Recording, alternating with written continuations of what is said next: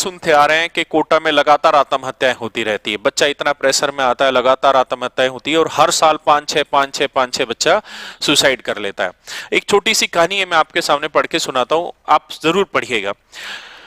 कोटा में आत्महत्या करने वाली छात्र, एक नाम है कीर्ति लिखा हुआ है, मुझे नहीं पता ये नाम सच है क्या झूठ है, ने अपने सुसाइड नोट में लिखा था, मैं भारत सरकार और मानव संसाधन मंत्रालय से कहना चाहती हूं कि अगर वो चाहते हैं कि कोई बच्चा ना मरे तो जितना जल्दी हो सके एजुकेशन सिस्टम को बदल दें। ये कोचिंग संस्थान जो खुले हुए हैं ये छात्रों को खोखला करते चले जाते हैं। पढ़ने का इतना दबाव होता है कि बच्चे बोझ तले दब जाते हैं। उस लड़की ने लिखा है कि वो कोटा में कई छात्रों को डिप्रेशन और स्ट्रेस से बाहर निकालकर सुसाइड करने से रोकने में सफल हुई। यानी जिस लड़की ने सुसाइड किया उसने लिखा है कि मैंने बहुत सारी लड़कियों की और बहुत सारे बच्चों की हेल्प की कि वो इस स्ट्रेस से और दबाव से बाहर निकले, लेकिन खुद को नहीं रोक सकी।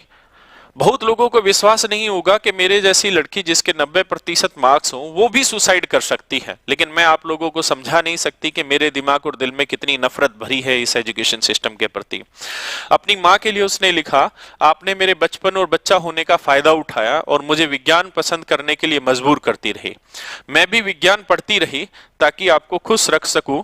मैं क्वांटम फिजिक्स और एरोफिजिक्स, एस्ट्रोफिजिक्स जैसे विषयों को पसंद करने लगी और उसमें ही बीएससी करना चाहती थी। लेकिन मैं आपको बता दूं कि मुझे आज भी अंग्रेजी साहित्य और इतिहास बहुत अच्छा लगता है, क्योंकि ये मुझे मेरे अंधकार के वक्त में मुझे बाहर निकालते हैं।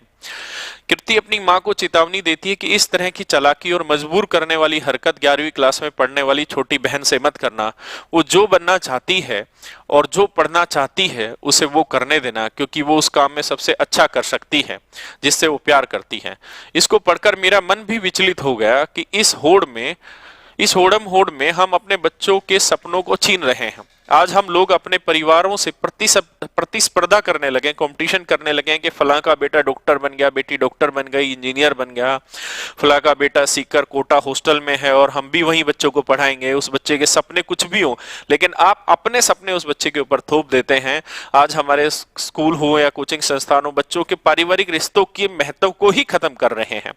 वो महत्व सिखा ही नहीं पा रहे, उन्हें असफलता और समस्याओं से लड़ना नहीं सिखा पा रहे हैं। उनके जहन में सिर्फ एक दूसरे से प्रतिस्पर्धा के भाव भरे जा रहे हैं, जो जहर बनकर उनकी जिंदगियां लील रहा है। जो कमजोर हैं वो आत्महत्या कर रहे हैं, वे थोड़ा मजबूत हैं वो नशे की ओर बढ़ने लग रहे हैं। जब हमारे बच्चे असफलताओं से टूट जाते हैं तो उन्हें ये पता ही नहीं कि इससे कैसे निपटा जाए। उनका कोमल हृदय इस नाकामी से टूट जाता है, इसी वजह से आत्महत्याएं बढ़ती रहती हैं। मेरे प्यारे बच्चों, मैंने ये कहानी आपको सुनाई है, आपने इस बात को ध्यान से पढ़ा होगा, मेरी बात को सुना होगा। उसने लिखा है कि बच्चों का हृदय कोमल होता है और वो टूट जाते हैं। वो टूट क्यों जाते हैं? उसके बहुत सारे कारण हैं।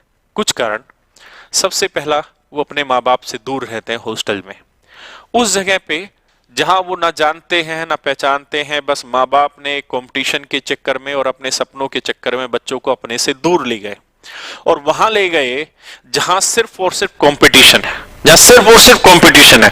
ना उसकी पर्सनल ग्रोथ पे ध्यान दिया जाता, ना उसकी फिजिकल ग्रोथ पे ध्यान दिया जाता, ना उसकी सेटिस्फेक्शन पे ध्यान दिया जाता, ना उसको पारिवारिक रिश्तों पे और समाज का कोई भाव दिया जाता।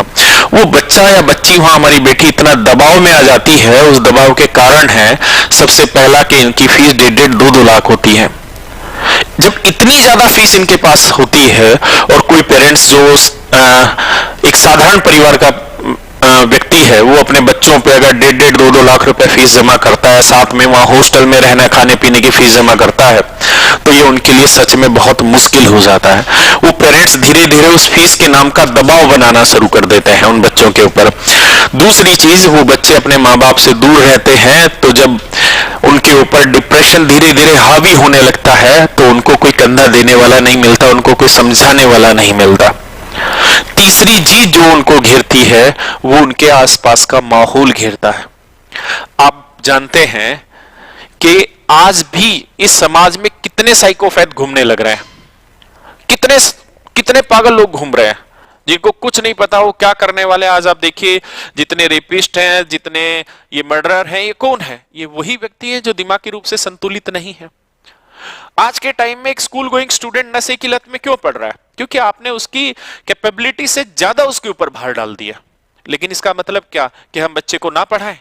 इसका मतलब क्या कि हम बच्चे को ना पढ़ाएं, हम उसको कंपटीशन ना कराएं? ना, पढ़ाइए, लेकिन उसकी रुचि के हिसाब से पढ़ाइए।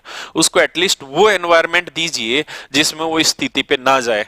अरे आप ये सोचिए कि वो 15-16 साल की बेटी जब आत्महत्या कर लेगी तो 15-16 साल आपने जो उसे पाला है, जो उसे बड़ा किया है, क्या वो सिर्फ आपके एक झूठे सपने की वजह से वो अपनी जिंदगी दे देगी? आप तो कातिल हो गए उस चीज के लिए। भाई मेरे बेटे की, मेरी बच्ची की जिंदगी पे अधिकार मेरा नहीं है, वो अधिकार उसका है। तो उसको आगे बढ़ना उसी की मर्जी से होगा। बस हम गाइड करें, हम उन पे कहां का प्रेशर रिलीज कर सकते हैं, कहां का उनका प्रेशर हटा सकते हैं, हम उनको बेटर कोचिंग प्रोवाइड करवा सकते हैं और सस्ते रेट में प्रोवाइड करा सकते हैं। मतलब बेहतरीन कोचिंग बहुत सस्ते रेट में हम प्रोवाइड करा दें। उससे क्या होगा कि बच्चे के ऊपर एक मेंटल प्रेशर नहीं होगा, क्योंकि उसको क्वालिटी वही मिल रही है। दूसरी चीज उसके घर के नजदीक मिलने लग रही है, वो डाउट सेशन वहां पे क्लियर कर सकता है और बहुत सारा छात्र अपने माहौल में ही रह के काम कर सकता है। हम भी सरकारी स्कूल से पढ़े हुए हैं और आज इस मुकाम पे पहुंचे हैं। क्या सारे ही प्राइवेट स्कूल के बच्चे भी इतने बड़े मुकाम पे पहुंचे? नहीं। मैं जिस माहौल पे हूं, धीरे धीरे मैं उसी माहौल से उठना सीखूंगा तो मैं बड़ा हो पाऊंगा। अगर मैं अपने एकदम से अपने माहौल को बदल के और बहुत बड़े एक सोशल सेटअप में चला जाऊंगा तो या तो मैं कोलैप्स हो जाऊंगा ऐसी स्थिति में।